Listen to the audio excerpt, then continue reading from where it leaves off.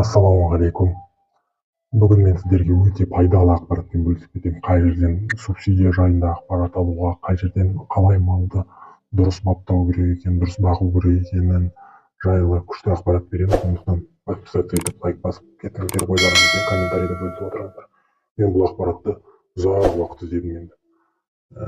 Бірнеше ай іздедім. Өйткені көп жерлерде ақпаратты тегін ешкім бергісі келмейді. Сондықтан іздеп осы сайттарға, телеграм каналдарға, ютуб каналдарға келдім. Әзірге олар да тегін, өйткені олар тоже жаңа бастап жатыр.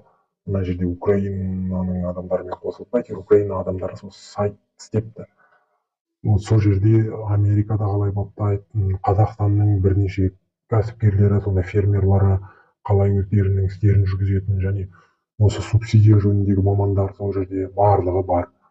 Тек қана қарап үйреніп, қателеспесем 19 видеодан ба солай тұрады. Сайттарын бәрін описанияға қалдырамын, телеграм каналдарын қалдырамын. Сол барлығын енді өтесіздер, енді қарап кетерсіздер. Тағы да айтарым енді, бірақ бұл жерде тек қана в основном сиыр жайында айтылған, және етті бағыттағы сиыр жайында айтылған. Ал енді қой жайында, жылқы жайында олар басқа жерден ақпараттар білуге болады. Және де бастысы мына жерде еще субсидия жайында тоже бар.